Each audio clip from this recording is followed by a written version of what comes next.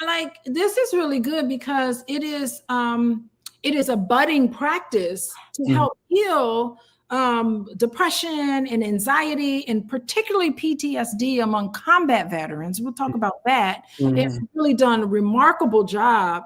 And, there have been small studies, controlled studies that have said this is actually helping.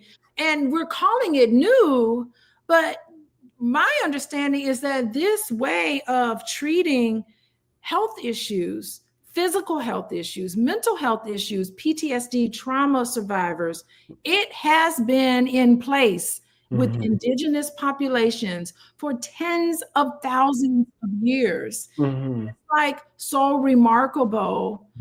Some of the studies, and it has been pretty consistent in the lab area. And so I'm really happy that helping professionals are starting to get bills endorsed. Even in the United States, my understanding is that in California, there's a couple of bills for ayahuasca and LSD and psilocybin. There have been some studies done enough where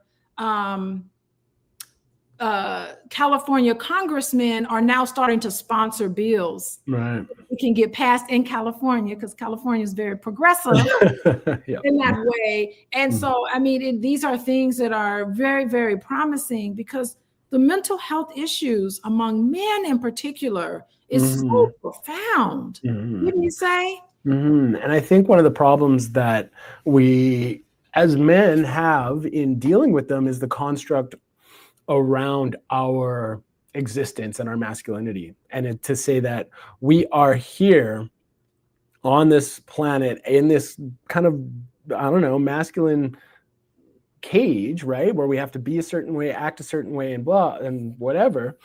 And it breaks us down. It's not a healthy construct for us. And it may have been back in the day when we had to defend our villages, or we had to go out and hunt to provide our families with food, or that kind of thing. But if we're expanding that masculinity in today's world, it doesn't fit, and if it doesn't fit our environment, of course it's going to cause issues, right? So the reason that plant medicine and psychedelics are just so healing in that way is that it breaks down that ego, that creation of that idea of who we are. And it says, maybe you aren't that, and it's okay. And you're more part of this universe than you think. And you can exist in a different format, and gives you the permission to exist as that. And you can exist as that and still live in your own manhood. And still be a man. Absolutely. Yeah. You don't have to embrace this notion of masculinity that centers around destruction, that centers around war, that centers around hatred, that centers around intolerance and rage, because you don't know, things aren't going your way, and you don't know how to listen and empathize with other people. It's going to take longer to get things done, and sometimes that is okay. And that is another way of showing wonderful manhood and strength, by asking for help